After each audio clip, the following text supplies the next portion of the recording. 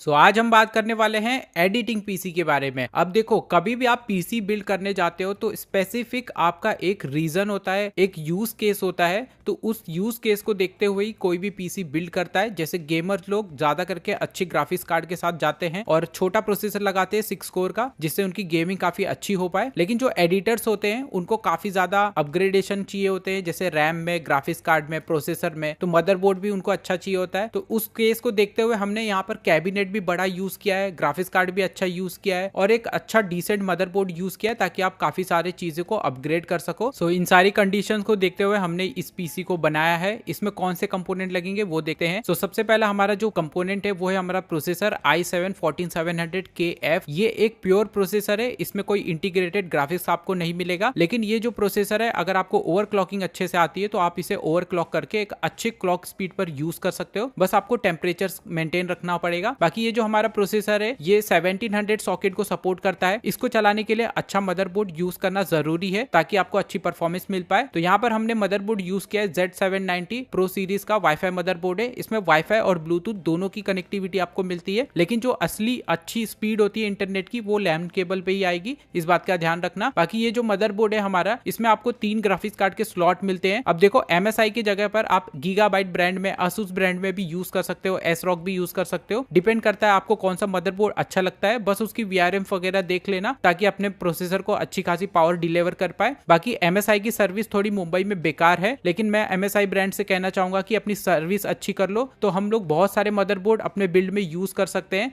यहाँ पे आप देख सकते हैं NVMe के भी, M.2 के भी काफी ज्यादा स्लॉट दिए गए हैं। इसमें कुछ बातें बता रहा हूँ, ध्यान से सुनना। जैसे कि अगर आप कोई भी एडिटिंग पीसी बिल्ड करते हो तो ज्यादा से ज्यादा कोर्स वाले प्रोसेसर यूज करने की कोशिश करो। और जितने प्रोसेसर आपके लेटेस्ट होंगे, चाहे इंटेल में चाहे वो फिर AMD में हो, लेटेस्ट प्रोसेसर को यूज करना काफी ज्यादा जरूरी है। जितना लेटेस्ट यूज करोगे उतनी अच्छी क्लॉक स्पीड आपको देखने मिलती है। और डे बाय डे जैसे ही अपग्रेडेशन होते जा रहा है प्रोसेसर वगैरह में, क्लॉक स्पीड काफी अच्छी मिल रही है। इवन यहाँ पर हमने कुछ प्रोसेसर में देखा है कि कोर्स को भी काफी ज्यादा ब्रांड ने पुश किया है, बढ़ाने की कोशिश की है। तो अच्छी खासी आपको कोर्स देखने मिलती है। वैसे प्रोसेसर आपको एडिटिंग में बहुत ज्यादा हेल्प करते हैं। वहीं अगर हम गेमिंग की बात करें तो एक 6 कोर का प्रोसेसर जैसे i5 हो गया, या फिर राइजन में राइजन 5 हो गया, वैसे भी प्रोसेसर काफी अच्छी तरीके से परफॉर्म करते हैं इन टर्म्स ऑफ, अगर मैं गेमिंग की बात करूं। लेकिन वही अगर वीडियो एडिटिंग में बात करूं तो प्रोसेसर में जितने ज्यादा कोर्स होंगे, जितनी ज्यादा अच्छी क्लॉक स्पीड होगी, जितने ज्यादा लेटेस्ट प्रोसेसर होगा, उतनी अच्छी आपको परफॉर्मेंस देखने मिलेगी। बाकी यहाँ पर हमने जो स्टोरेज यूज किया अपने पीसी में वो है हमारी फास्टेस्ट M.2 990 Pro, जो कि सैमसंग जैसे एक ट्रस्टेड ब्रांड की तरफ से आती है। और इनकी जो SSD होती है, इनकी फेलियर रेट बहुत ज्यादा कम है। TBW राइटिंग इसमें बहुत अच्छी होती है। बाकी यहाँ पर जो हमारी 990 Pro है, इसको हम प्राइमरी स्टोरेज यूज करेंगे एज अ प्राइमरी स्टोरेज, क्योंकि हम इस पे अपना ऑपरेटिंग सिस्टम लोड करने वाले हैं, जिसकी वजह से हमारा जो ऑपरेटिंग सिस्टम में जितने भी एप्लीकेशन होंगे या फिर कोई भी टास्क होगा, बहुत अच्छी तरीके से परफॉर्म होगा। देखो, ओवरऑल ऑपरेटिंग सिस्टम लैग नहीं होना चाहिए। लैग होने की वजह से कभी कभी प्रॉब्लम फेस करनी पड़ती है। बाकी अगर आप एक्स्ट्रा स्टोरेज भी चाहते हो उसके साथ, तो इस तरीके की 4 टेराबाइट तक की हेड ड्राइव आप यूज कर सकते हो। यहाँ पर अगर आप चाहे तो NAS की जो ड्राइव होती है 10 टेराबाइट की, अल्ट्रा स्टार वगैरह WD में जो आती है, या फिर सीगेट में फायर कूडा वगैरह आती है, वो भी आप यूज कर सकते हो अपने पीसी में। तो देखो, आपके बजट के ऊपर डिपेंड करता है। फिलहाल यहाँ पर जैसा भी कस्टमर का बजट था उसके हिसाब से हमने 4 टेराबाइट की इसमें हार्ड ड्राइव दी है, ताकि उनको एक्स्ट्रा स्टोरेज जो वीडियो एडिटिंग की फाइल होती है, रॉ फाइल, उससे स्टोर करने में कोई भी प्रॉब्लम फेस ना करना पड़े। बाकी यहाँ पर मैं मदरबोर्ड पे आपको M.2 स्लॉट में M.2 NVMe कैसे लगाते हैं वो भी दिखा रहा हूँ, तो वो भी सब देखते जाइए। और कुछ बातें बता रहा हूँ वो भी ध्यान से सुनते जाइए। तो जैसा कि ये जो M.2 में 990 Pro फर्स्ट वाली स्लॉट में लगा रहा हूँ, आपको भी सेम इसी तरीके से लगाना है, क्योंकि नीचे की जो स्लॉट है वो आपको स्पीड कम देगी, क्योंकि जनरेशन 3 स्लॉट में आती है वो, और रीड राइट स्पीड उससे कम हो जाती है Gen 4 की। इसीलिए आपको फर्स्ट स्लॉट में लगाना काफी ज्यादा जरूरी है। हीट सिंक वगैरह मिल जाती है तो हमारी SSD भी कूल रन करती है। और जब भी वीडियो एडिटिंग की बात आती है, रैम का बहुत इंपॉर्टेंट रोल प्ले होता है हमारे कंप्यूटर्स में। और जो कंप्यूटर्स में हम रैम यूज करते हैं उसको डुअल चैनल कॉन्फ़िगरेशन भी यूज करना काफी ज्यादा जरूरी है। इसलिए हमने यहाँ पर 16 GB की 2 रैम स्टिक्स यूज की है। टोटल 32 GB हमारी स्टोरेज होने वाली है मेमोरी के टाइप में। और इसकी जो फ्रीक्वेंसी है वो भी इंपॉर्टेंट होती है। 6000 मेगाहर्ट्ज की इस फ्रीक्वेंसी हमने रखा है। XMP प्रोफाइल वगैरह ऑन करेंगे तो बहुत अच्छे से हमारी रैम यूटिलाइज कर सकते हैं हम पूरा अच्छी तरीके से। बाकी यहाँ पर हम रैम किस तरीके से मदरबोर्ड में लगाते हैं वो भी बहुत ज्यादा इंपॉर्टेंट होता है। कई लोग डुअल चैनल रैम तो परचेस कर लेते हैं, मतलब 2 रैम स्टिक परचेस कर लेते हैं, लेकिन डुअल चैनल में लगाते नहीं है। सिंगल चैनल में कभी कभी रैम लोगों को मैंने यूज करते हुए देखा है। देखा है तो वहां पर फ्रीक्वेंसी उतनी अच्छी नहीं आती है। बाकी यहाँ पर हमने लिक्विड कूलर अच्छा यूज किया है इसमें 360 mm का, जो कि है कूलर मास्टर ब्रांड की तरफ से, और ये हमारे i7 प्रोसेसर को एक अच्छी खासी कूलिंग प्रोवाइड करता है। इनकेस अगर आप ऐसे रूम टेम्परेचर में रहते हो जहां पर ज्यादा गर्मी है तो इससे महंगे लिक्विड कूलर काफी सारे मार्केट में आते हैं, तो वो लिक्विड कूलर भी आप यूज कर सकते हो। फिलहाल यहाँ पर ये डिसेंट बजट सेगमेंट का लिक्विड कूलर है, आप इसे भी प्रीफर कर सकते हो अपने बिल्ड में, काफी अच्छी डिसेंट कूलिंग आपको प्रोवाइड कर सकता है ये। बाकी यहाँ पर ग्राफिक्स कार्ड में हमने यूज किया अभी के लिए फिलहाल 4068 GB का। अब हमारे जो कस्टमर है उनका बजट कुछ ऐसा था कि अभी के लिए वो फिलहाल कम ग्राफिक्स कार्ड यूज करना चाहते थे। वैसे देखो ये जो ग्राफिक कार्ड है वो भी कम छोटा मोटा ग्राफिक कार्ड नहीं है, 4K वीडियो एडिटिंग आपको इजीली करवा सकता है। बाकी अगर आप बहुत ज्यादा एक्सट्रीम लेवल की वीडियो एडिटिंग करना चाहते हो तो 16 GB का RTX 4080 वगैरह भी ले सकते हो, या फिर 50 सीरीज भी आ गई उसमें से भी कोई कार्ड ले सकते हो। बाकी यहाँ पर हमने फिलहाल जो ग्राफिक्स कार्ड यूज किया है वो हमें गेम्स में और वीडियो एडिटिंग में दोनों ही जगह काफी अच्छी परफॉर्मेंस दे देता है निकालकर। 4060 एक 40 सीरीज के बजट सेगमेंट का आप ग्राफिक कार्ड कह सकते हो, और इसमें भी काफी सारे वेरिएंट आते हैं, काफी हायर वीडियो रैम के वेरिएंट भी आपने देखे होंगे काफी सारे 3060 को, तो आप उसे भी यूज कर सकते हो। अब देखो टोटल यूज केस आपके ऊपर डिपेंड करता है कि आप किस तरीके का ग्राफिक कार्ड यूज करना चाहते हो। बाकी अगर मैं मल्टी मॉनिटर सेटअप की बात करूं, अगर आप वीडियो एडिटिंग करते हो, मल्टीपल मॉनिटर यूज कर रहे हो अपने पीसी में, सपोज 4 मॉनिटर अगर आप लगाना चाहते हो, स्क्रीन साइज कोई भी हो सकती है, 32 इंच का भी 4 मॉनिटर यूज कर सकते हो, 65 इंच की बड़ी टीवी भी आप यूज कर सकते हो, तो उसके लिए यहाँ पर ग्राफिक्स कार्ड में आपको 4 डिस्प्ले पोर्ट मिल जाते हैं, मतलब डिस्प्ले आउटपुट के पोर्ट मिल जाते हैं, 3 DP पोर्ट है और एक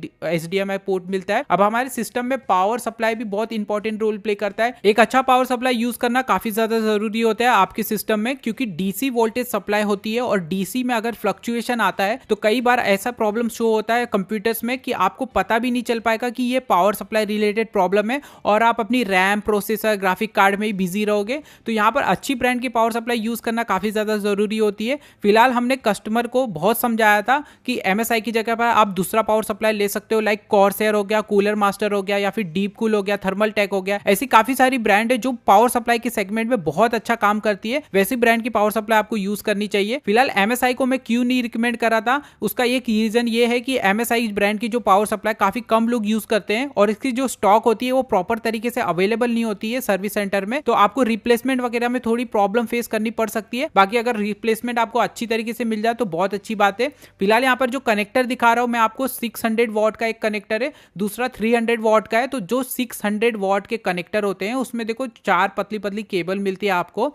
तो देखो सीधा सा सिंपल सा आंसर यही है कि अगर आप बड़े कार्ड यूज कर रहे हो, लाइक 5080 यूज कर रहे हो, 4080 यूज कर रहे हो, 4090 यूज कर रहे हो, तो 600 वॉट की कनेक्टर वाली पिन आपको लगानी पड़ेगी। बाकी यहाँ पर पावर सप्लाई की वॉटेज जैसे जैसे ज्यादा होगी वैसे वैसे आपको कनेक्टर भी उसमें ज्यादा वॉट का ही देखने मिलेगा। फिलहाल अगर आप 750 वॉट की पावर सप्लाई यूज कर रहे हो तो उसके साथ 300 वॉट तक की ही पावर कनेक्टर आपको देखने मिलती है, जो कि ATX 3.0 और 3.1 के फेज में आती है। फिलहाल यहाँ पर हमने जो 600 वॉट का कनेक्टर दिखाया है वो एक 1050 वॉट की पावर सप्लाई का कनेक्टर है, जो कि थर्मल टेक की ब्रांड के कनेक्टर हमने निकालकर आपको शो किए, ताकि आपको समझ में आ सके कि जो कनेक्टर के ऊपर वॉटेज लिखी होती है उसको देखना काफी ज्यादा जरूरी होता है। लाइक अगर आप 5060 ग्राफिक कार्ड या 5070 ग्राफिक कार्ड यूज करोगे तो वहां पे 300 वॉट तक की पावर सप्लाई कनेक्टर यूज कर सकते हो। बाकी अगर आपको ऊपर यूज करना है तो पावर सप्लाई की वॉटेज भी ज्यादा ले लेना। नाउ अब मैं आपको फटाफट पीसी बिल्ड करके दिखाता हूँ, थोड़ा टाइम लैप्स आप देख लीजिए किस तरीके से मैंने सारे पीसी को असेंबल किया है। देखो पीसी असेंबल करना घाई का काम नहीं है, मतलब आपको बहुत पेशेंट रखना है, हर एक चीज को अच्छी तरीके से लगाना है, सारे स्क्रू को लगाना है, कौन से स्क्रू कौन से जगह पर लगेंगे अच्छी तरीके से वो सारी चीज़ों को देखना है। और काफ़ी सारे जो कंपोनेंट होते हैं थोड़े डेलिकेट होते हैं, मतलब आपको जो मदरबोर्ड होते हैं उस पर जब आप काम कर रहे होंगे तो बहुत अच्छी तरीके से आपको काम करना है। फिलहाल जो वीडियो एडिटिंग वाला सिस्टम होता है उसमें देखो अभी भी मैं बता रहा हूँ, आपका प्रोसेसर, रैम और आपका जो ग्राफिक्स कार्ड होता है वो तीनों कंपोनेंट बहुत ज़्यादा ही इंपॉर्टेंट रोल प्ले करता है। अगर आप एक अच्छी वीडियो एडिटिंग सिस्टम बना रहे हो, जैसा कि यहाँ पर जो हमने आज सिस्टम बनाया है, इस पर आप 4K वीडियो एडिटिंग बहुत स्मूथली कर सकते हो, 1080p भी बहुत स्मूथली हो जाएगा। कई सारे जो सॉफ्टवेयर्स होते हैं उसमें अगर आप रेंडरिंग के सेटिंग्स में देखोगे तो उसमें लिखा रहता है कि आपको GPU पे रेंडर करवाना है या फिर CPU पे, मतलब प्रोसेसर पे रेंडर करवाना है, या फिर कई सारे सॉफ्टवेयर ऐसा भी ऑप्शन देते हैं कि आपका प्रोसेसर और ग्राफिक कार्ड दोनों एक साथ यूज करेंगे, कम टाइम में आप बहुत अच्छी रेंडरिंग निकाल सकते हो। बीट रेट वगैरह को भी देखना काफी ज्यादा जरूरी है। बहुत ही ज्यादा आपकी जो फाइल होती है, रॉ फाइल होती है, उससे बहुत ज्यादा लोगों,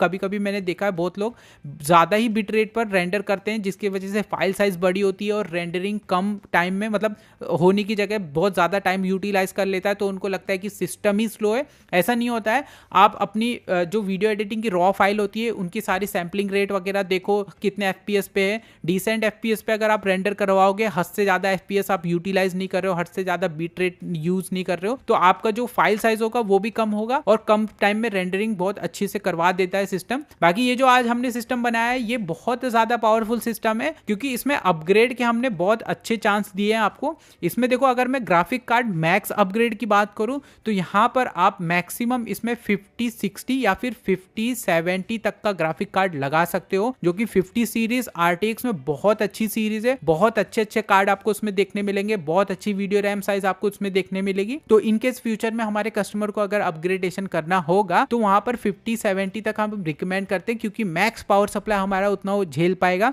बाकी उसके ऊपर ग्राफिक कार्ड यूज करेंगे तो सिस्टम डेफिनेटली फुल लोड पे जब चलेगा तो क्रैश होने की संभावना है। बाकी अगर आप बहुत ज्यादा बड़ा ग्राफिक कार्ड के बारे में सोच रहे हो तो उसके हिसाब से पावर सप्लाई डाल लेना, बाकी सिस्टम में कोई भी कमी नहीं है। तो अगर आपको ये वीडियो पसंद आई होगी आज की, तो एक लाइक जरूर कर देना, अपना एक वैल्यूएबल कमेंट अपने कमेंट मतलब हमारे वीडियो के कमेंट सेक्शन में कमेंट कर देना। और बाकी अगर आपने चैनल को सब्सक्राइब नहीं किया तो सब्सक्राइब कर लो। इस वीडियो को देखने के बाद कोई भी डाउट होगा तो बिंदास कमेंट करो, मैं उसका रिप्लाई डेफिनेटली दूंगा। तो मिलते हैं अगले वीडियो में।